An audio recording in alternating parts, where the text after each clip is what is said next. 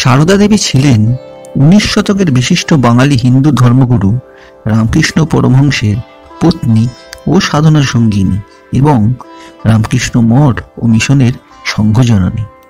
ভক্তগণ তাকে শ্রী শ্রী মা নামে অভিভূত করে থাকেন। শ্রী রামকৃষ্ণের মৃত্যুর পর অবশিষ্ট জীবন সারদা দেবী অতিবাহিত করেন জয়রামবাটি ও কলকাতার উদ্বোধন ভবনে। তার সমগ্র জীবন ছিল স্বামী, ভ্রাতা ও ভাতৃ পরিবারবর্গ এবং তার আধ্যাত্মিক সন্তানদের প্রতি সেবা ও আত্মত্যাগে উৎসর্গিত। শ্রীরামকৃষ্ণের শিষ্যগণ তাকে আপন জননীর আসনে বসাতেন। গুরুর প্রয়াণের পর উপদেশ ও উৎসাহ লাভের আশায় ছুটে আসতেন তার কাছে। সামান্য গ্রাম্য নারীর জীবন অতিবাহিত করলেও তিনি তার জীবৎকালে এবং পরবর্তীকালে ভক্তদের নিকট মহাশক্তির অবতার রূপে পূজিত হন। আজ আমরা শুনে নিই মা সারদার বলে যাওয়া অতি মূল্যবান কয়েকটি বাণী। যার যা সম্মান তাকে সেটুকু দিতে হয়, ঝাঁটাটিকেও মান্য করে রাখতে হয়, সামান্য কাজটিও শ্রদ্ধার সাথে করতে হয়।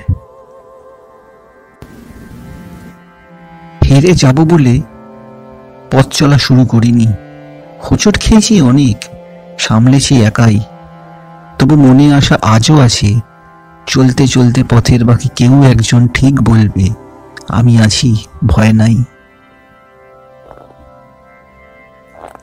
যদি শান্তি চাও মা, কারোর দোষ দেখো না, দোষ দেখবে নিজের। জানবে কেউ না থাক, তোমার একজন মা আছেন, আমি মা থাকতে ভয় কি। ভালো সময়ে পুরো পৃথিবী পাশে এসে দাঁড়ায়, কিন্তু খারাপ সময়ে নিজের ছায়াও পথ দেয় না। যিনি ব্রহ্ম তিনি শক্তি আর তিনিই মা। দরকার নেই ফুল, চন্দন, ধূপ, বাতি, উপাচারের। মাকে আপন করে পেতে শুধু মনটাকে দিও তারে। আমাদের যা কিছু সবের মূল ঠাকুর, তিনি আদর্শ। যা কিছু করো না কেন তাকে ধরে থাকলে কোনো বেচাল হবে না। ঠাকুর একমাত্র রক্ষাকর্তা, এটি সর্বদা মনে রাখবে। এটি ভুললে সব ভুল। কাজ করা চাই বই কি, কর্ম করতে করতে কর্মের বন্ধন কেটে যায়, তবে নিষ্কাম ভাব আসে। এক দণ্ডও কাজ ছেড়ে থাকা উচিত নয়। যারা এসেছে, যারা আসেনি, যারা আসবে, আমার সকল সন্তানকে জানিয়ে দিও আমার আশীর্বাদ সকলের উপর আছে। 100 জনকে খাওয়াতে হবে না, কিন্তু চোখের সামনে একজন ক্ষুধার্তকে দেখলে তাকে একটু খেতে দিও। ভাঙতে সবাই পারে, গড়তে পারে কজনে। নিন্দা ঠাট্টাস করতে পারে সবাই, কিন্তু কি করে যে তাকে ভালো করতে হবে তা বলতে পারে কজনে। কেউ যদি তোমাকে ভালো না বলে তাতে মন খারাপ করো না, কারণ এক জীবনে সবার কাছে ভালো হওয়া যায় না।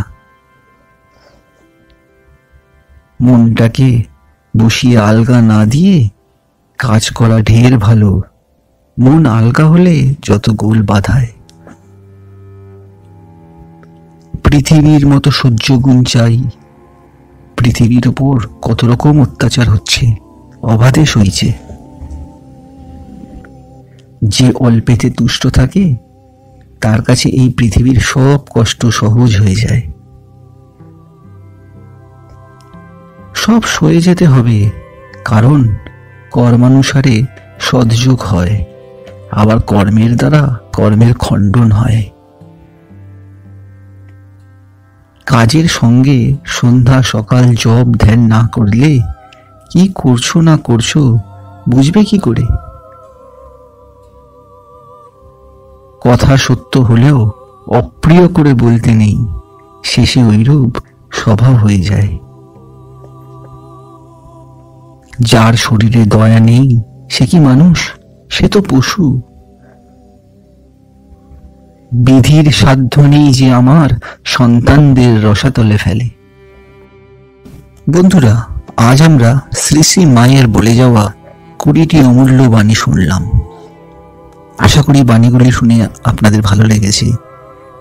আমাদের এই ভিডিওটি লাইক করে শেয়ার করে দেবেন, আমাদের এই চ্যানেলটি সাবস্ক্রাইব করে নেবেন। ধন্যবাদ।